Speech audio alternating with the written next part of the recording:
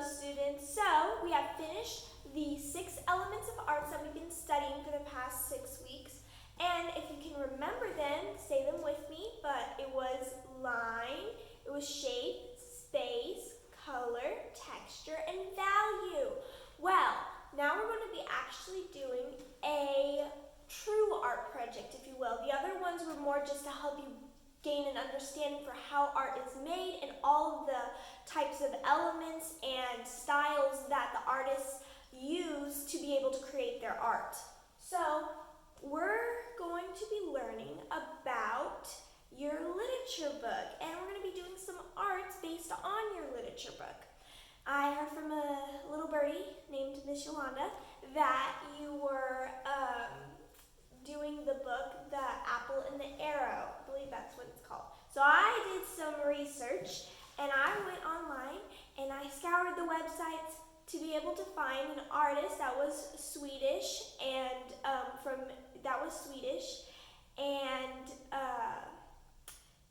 that did art during the 13th century, which is when your book was based in. And so what I found, because there wasn't a lot of artists that were that signed their art, because art wasn't like super prevalent and it wasn't like a huge thing back then. They didn't really have artists that were well known because it was hard for everybody to know about them. So I only found 2 to 3 artists that actually signed their names on their artwork. And so I wanted to show you, if you remember, can we see the page, Miss Leilani? If you got this page and see it, this is the artwork of a man named Sigmund. And so he only gave his first name and he put it beside 2 lions that he had drawn and painted. So this is his artwork that he did. It was done in a church and he did it on top of if you look at this picture, he did it on top of the ceiling. He also did around the around the walls, but we're going to be looking at the ceiling art. And the story that he was showing for this art was the Christmas story. So you have the 3 wise men over here, you have the angels here, right here you have angels and some of the shepherd and the wise men. And I wanted to apply apply the art style that he used, which was called Byzantine art style, which is the Byzantine art style. I wanted to apply it to the Apple and the Arrow art, and because that's the literature book you're going to be doing, and he's from Switzerland, and he is from the 13th century, which is the same time that your book is set in. So I did a little bit of some research on how he created this art, and he essentially used a type of art style which is called secco, which is just making your own paint and painting it on cement.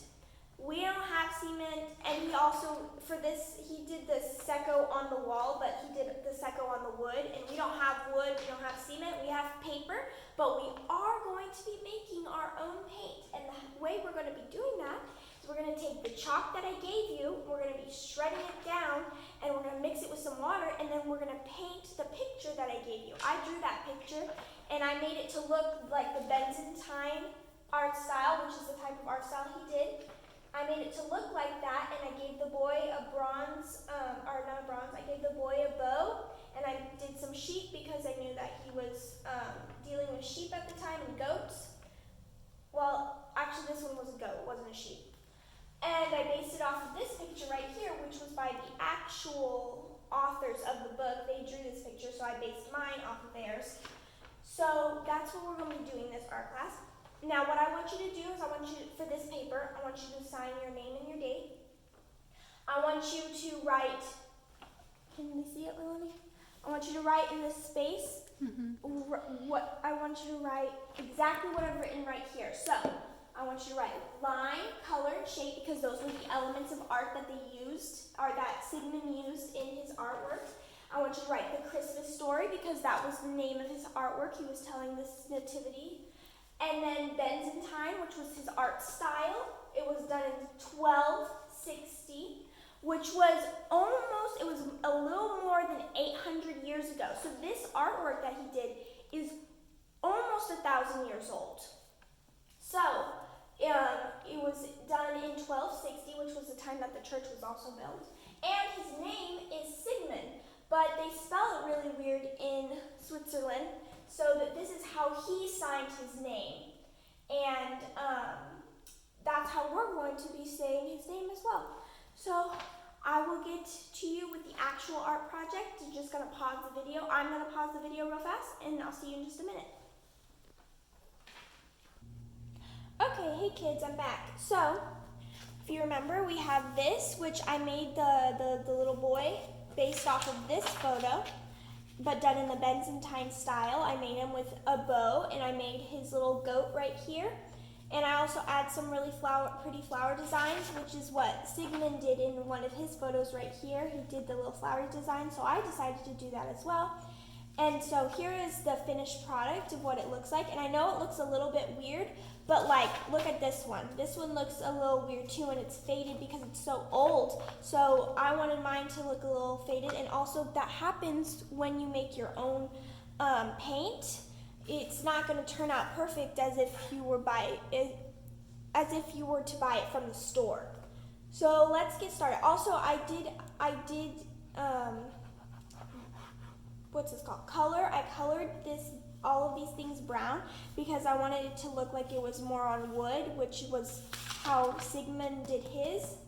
And yeah, and only a couple of things are black because he didn't really do much black unless it was for the shoes. All right, let's get started. So what you're gonna need is you're gonna need this paper. You're going to need your 3 colors of chalk, so your yellow, your red, and your green. You're gonna need a black pen, and you're gonna need a light brown color pencil. You're gonna need your paintbrush, a spoon, a plate or like something to hold your paint on, and some good old-fashioned water. Mine's already a little dirty because, as you can see, I used it to do the other art project. So the first things we're gonna do is we're gonna take our black pen and we're going to paint in the shoes in black, only the shoes. So we're gonna do that. I'm only gonna be doing like a little bits and pieces of this art project because you guys are really smart, so you don't need me to do it all for you, and you don't have to see every single thing that I'm doing. And also, at the end of the video, I'm gonna put this right here, and you can just pause and you can copy it from here. So the shoe is done, and then also like the little pieces right here. I'm gonna do those real fast. And then that's that. Okay, those are done. Now what we're gonna do is we're gonna take our chalk, we're gonna grab our spoon, and we're going to use the spoon to scrape some powder from the chalk. So see how it created powder right there? That's exactly what you want. I'm gonna do that with all of our colors.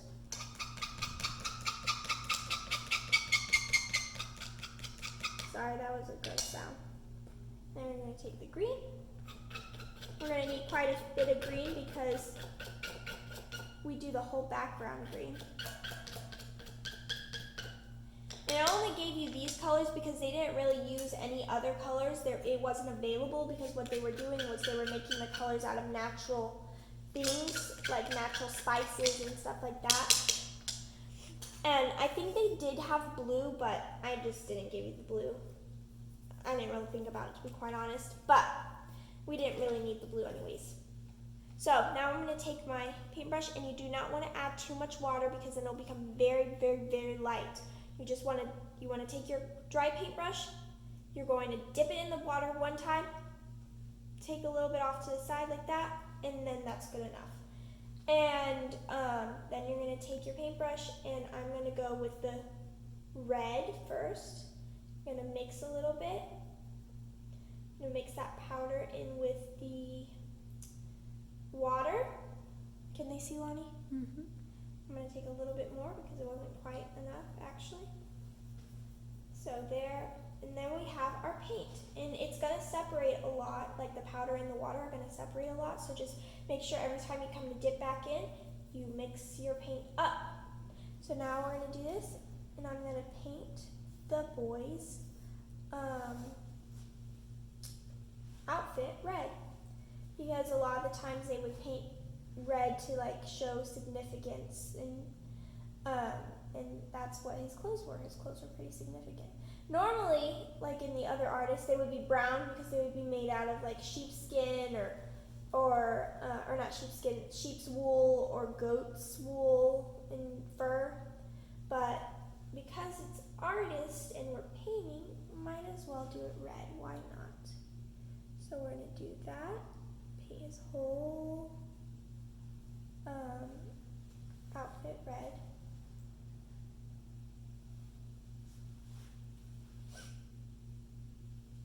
Like that. We're going to try to go inside the lines as much as possible. Try not to go outside the lines. And then there is his outfit. I'm going to take a little bit and also put it on his pants as well.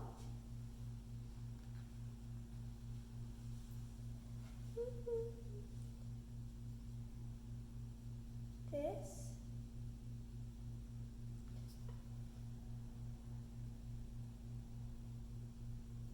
And then we're done. We're done with the red. There. Now rinse out your paintbrush in the water. And now we're going to go and we're going to dip into the green. So we're going to try to make some paint. Like that. Get some more water because there wasn't quite enough.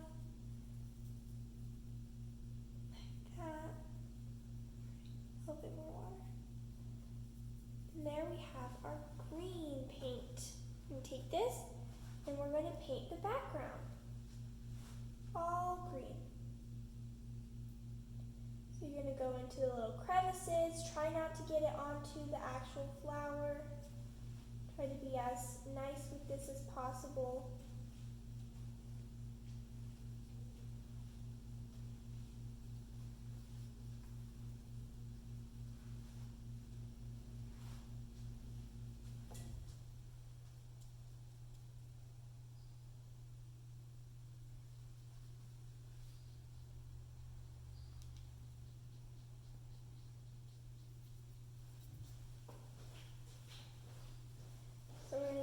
I'm not going to do the whole thing because I'm sure you can do it and I have to go and I don't want this video to be too long.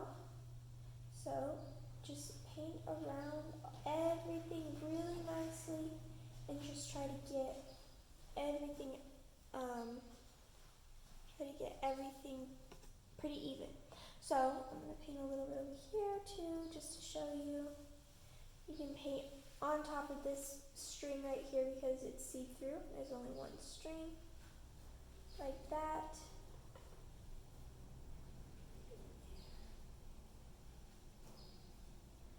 Also, this top string you can paint through because it's see-through as well.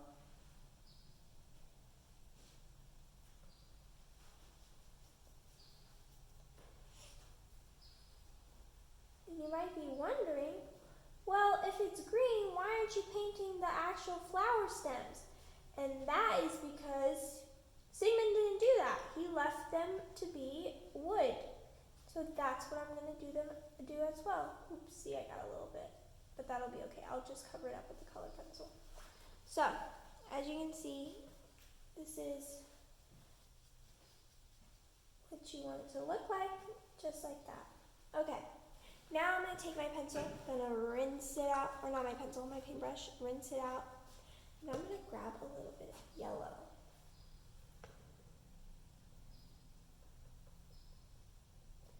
I'm going to mix it up really, really, really well. And I'm just going to paint the inside of the flowers yellow, like the little circle part. Wasn't quite mixed up enough. So this is called secco, kind of. We're doing a play on secco painting, which is just mixing your colors with. They usually mixed it with cement. They didn't mix it with water because water wouldn't stay and give them the correct pigment they wanted, so they would mix it with cement. But we don't need to do that because we're not painting walls. We're painting a piece of paper. So we're just mixing it with water. All right, now we got that done. So now we're going to take our light color pencil, our light brown color pencil, and we're just going to color the outside of the circle all brown, like that. So just color it all brown just like that. I'm only going to color half of it. Then you take this, you're going to color the stems of the flowers brown and also the petals brown as well. So color that brown, that brown.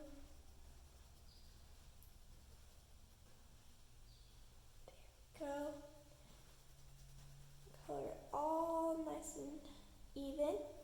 Try to do even pressure. So not one part is like really dark and one part is really light, you know, to make it look as nice as possible. And then like that, just like that. Ooh, I'm sorry. Is it still good? Mm-hmm.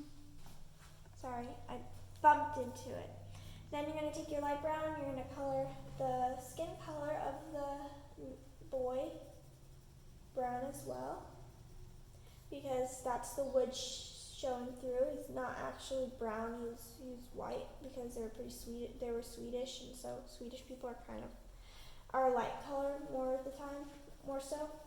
So I'm just going to color his whole entire face and hair the same color. I'm going to color his bow this. Oh, also you can take your color pencil and grab some more of that yellow and paint this yellow right here, these little parts right here.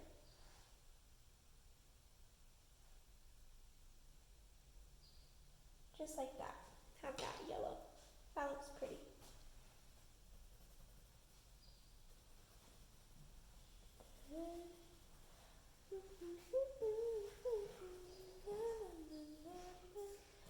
Alright, and then you're going to just color your goat brown as well. Your whole goat.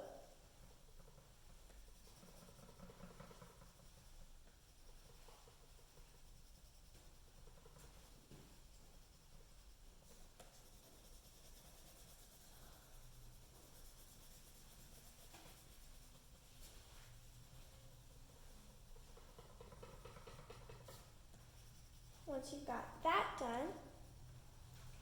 you're going to grab your paintbrush one more time. You're going to rinse it out really well. You're going to dip back into that red paint.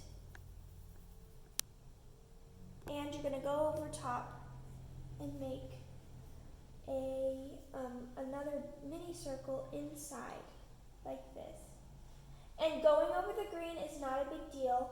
Just go over the green, and you'll just have to go over it 2 times. That's what I did for this one. I just did 1 time a circle, and then I went over the green another time, and it did just fine. You can see it just as good. So you're going to just make another circle with this red paint inside, because that gives it a more complete look. Finished. Looks more finished. Just like that. Grab some more.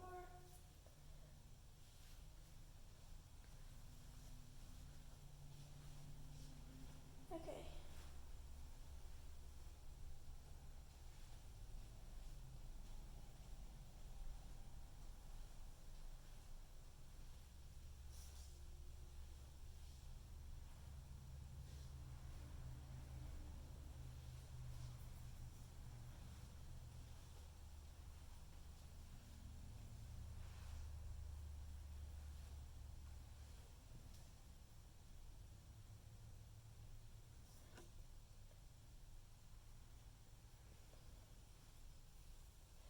So, I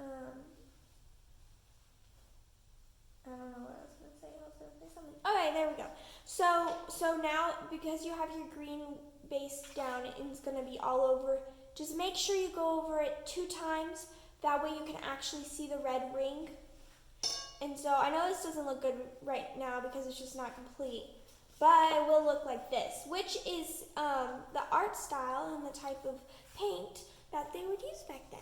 So That's it for this video. There's nothing really else I can do. We're gonna let them see it. Yeah, there's nothing really else I can do. Just pause it and copy off of this. And that's it. Bye.